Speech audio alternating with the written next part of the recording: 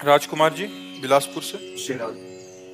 महाराज जी आपके चरणों में कोटि कोटि प्रणाम। महाराज जी जैसे लोग भंडारा कराते हैं, भगवान के नाम का प्रसाद या लंगर लगाते हैं, तो ऐसा बोला जाता है कि प्रसाद बांटने वाले के पाप कट रहे हैं और भोग पाने वाले के हिस्से में आते हैं और उनके पुण्य नष्ट होते हैं। तो महाराज जी हम अपने हिस्से के पाप किसी और को क्यों दें, कि हमारे खुद के गलत कर्मों की सजा कोई और क्यों भोगे? और महाराज जी उद्देश्य इसका दूसरा भाव कर लो कि भगवान ने हमको 4 रोटी दी है तो 2 में हम बांट कर खा रहे हैं। पाप पुण्य काहे को लगा?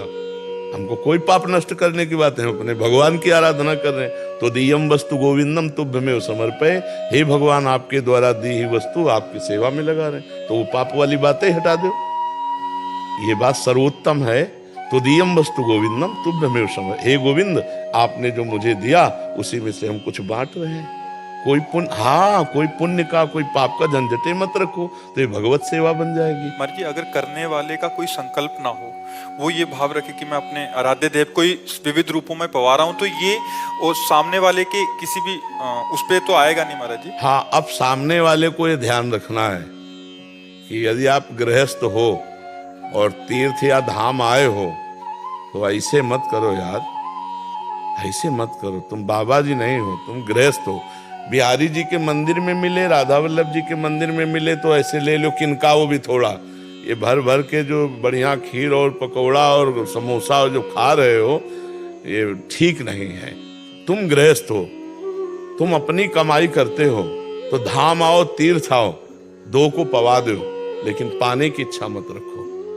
तुम गृहस्थ हो, गृहस्थ आदमी को ऐसे नहीं करना चाहिए यार। तुम्हारे पास मेहनत के कमाए हुए रुपए हैं, कुछ ना हो तो एक दिन उपवास कर लो, दूसरे दिन थोड़ा चना चबेना चबा के पार कर लो। धाम आए हो 2-3 दिन, अब दूसरे का दिया हुआ हलवा पकौड़ी रबड़ी रसगुल्ला खाओगे तो तुम्हारा ना तो बुद्धि काम करेगी और ना भजन बनेगा, सुकृत और नष्ट हो जाएंगे। ये बात समझ लो। इसीलिए हम कई बार सत्संग में प्राय रोका है कि मंदिर में आप प्रसाद ले सकते हो, ये जो बाहर सब दान पुण्य वाला भावनात्मक है ये तुम्हारे लिए हानिकारक होगा, नहीं लेना चाहिए। जैसे परिक्रमा आदि पे बट रहा है वो तो चलो हम ऐसे किया चल दिया। महाराज जी जैसे किसी आश्रम आदि या कहीं रुकते हैं तो वहां अगर पाते हैं तो उतना देना चाहिए, देना चाहिए। अगर आप होटल में जाओ तो पता चले कि ये भोजन हमें 100 रुपए का मिलेगा, तो हम कह रहे हैं ना 100 रुपए तुम दो तो 50 तो दे ही दो, वहां ठाकुर जी के चरणों में चढ़ा दो।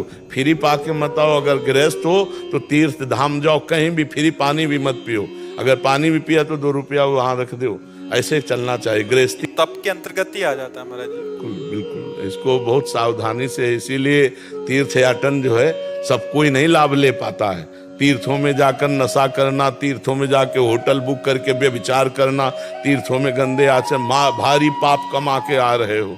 दूसरे का खा लिया कि यार बच गए, 100 रुपया बच गया इनके भंडारे में। 100 तो तुमने 100 तो बहुत कम मेहनत में कमाए, लेकिन पुण्य जो बहुत मेहनत में कमाए वो दे दिए। तुम्हें पता नहीं है कि 100 नहीं हजारों का पुण्य नुकसान हो गया।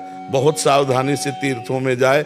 हम कह रहे हैं भगवान के धामों तीर्थों में जाए तो दूसरों का पाए मत, दूसरों की निंदा मत करे, कोई पाप मत करे। एक दिन भले उपवास करके रह जाए, इसके बाद चला जाए यहाँ से। यहाँ रह करके कोई पाप आचरण न करे भगवत धामों में। और गृहस्थी में है तो ऐसे करना बनता ही नहीं। ऐसे वो बांट रहा है, अगर ऐसे किया तो 50 रुपए उसकी जेब में डाल दो, हम मान गए तुम्हारी बात। इसमें